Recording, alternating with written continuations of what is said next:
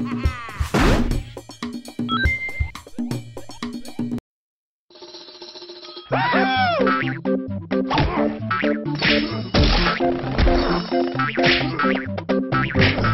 at the Nordic Game Indie Night together with two of the guys from D-Pad Studios, who, when we talked to you guys before, you were working on Owlboy, but now you're here with another game, which is Vikings on Trampolines. How does one come up with the concept Vikings on Trampolines? You don't. You just make games for fun, and then it just suddenly pops up.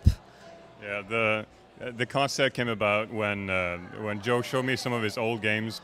It was I think it was Civilization Rampage, you called it, and he presented us this kind of very historical game and all that, and I got this anticipation that it was going to be this epic, serious thing, and then it's tiny Vikings jumping around and exploding when they touch the ground, and we just thought we need to do something like this. Civilization Rampage, could you describe what it actually was from the beginning? Yeah, it's a really old game I did 10 years ago, which was basically an entry for a competition. And I just made it in 10 minutes, like the concept of it. And later I just didn't care about it. I just pushed it aside, and then I showed it to Simon some months ago, and he laughed his ass off. So we kind of needed to make the game just to put on our roster of great games.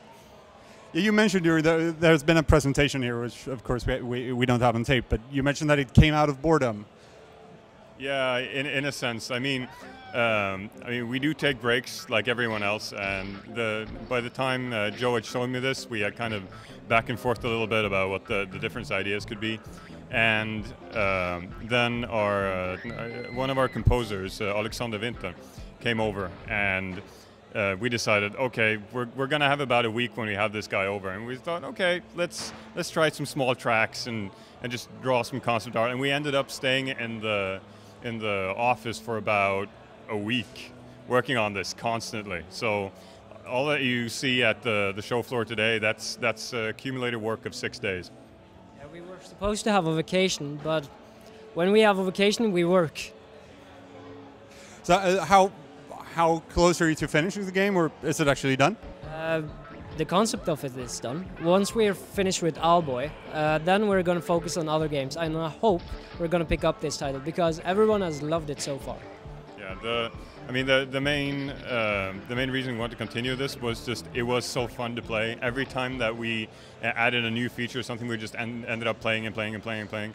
So I mean, a lot of it has come out through testing, but there's so many things that we haven't added yet. Like we're going to add attack the monster mode. We're going to have towers that move around where you have to capture base. There's going to be an extensive single-player mode. At least that's the idea that we have. But of course, we have other projects that we need to finish first. It's quite different from Owlboy. But how is work progressing on that title? Owlboy should be out in the summer, so in about 2 months, I guess. Yeah. Yeah, I'm not as optimistic about that, but we are heading to Texas straight after this to work with our composer on that project, and I'm at least staying there for 3 months, so I'm assuming that the main game is going to be done by that time, and then we'll move over to beta testing and bug fixing. Yes, we are releasing a demo for a game before we release the actual game, so that people can try it, because people want to try it. What do you think an evening like this means for the Nordic indie scene in general? Well, I hope it means everything, because with this game we can actually spread our blood, our heritage around, because it's Vikings, it's mead, and it's meat. Well, as for the game community as a whole, I mean, Norway doesn't really have much of a game community anymore. Funcom's moved to Canada. There's still remnants of it, but it's not as much as it used to be.